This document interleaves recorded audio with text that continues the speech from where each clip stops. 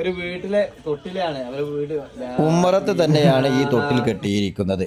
മറ്റു കുട്ടികൾ കിടക്കുന്നത് നമുക്കൊന്ന് നോക്കാം. വീടിൻ്റെ ഉള്ളിലേക്ക് കടക്കുമ്പോൾ പുല്ലിൽ ഷീറ്റ് വിരിച്ചിട്ട് അതിൻ്റെ മേലെയാണ് ആ കുട്ടികൾ കിടക്കുന്നത്. വീടിൻ്റെ ഭിത്തി കാണുമ്പോൾ ബഹുരസം. ചാണകം ഉണക്കിയിട്ട് മുളയുമായി ചേർത്തിട്ടാണ് ഭിത്തി ഉണ്ടായിരിക്കുന്നത്. മേൽക്കൂരയും അതുപോലെ തന്നെ മുളയിൽ വൈക്കോൽ കൊണ്ടാണ് മേൽക്കൂര ഉണ്ടാക്കിയിരിക്കുന്നത്. വീടിന്റെ ഉമ്മറത്ത് തന്നെയാണ് കോഴിക്കോട് സ്ഥാപിച്ചിരിക്കുന്നത്. 4 മുതൽ 5 വരെ സെന്റ് ഭൂമിയാണ്. ഈ ഒരു ഭൂമിയിൽ 5 കുടുംബങ്ങളാണ് ഇവിടെ താമസിക്കുന്നത് എന്നതാണ് അതിലേറെ.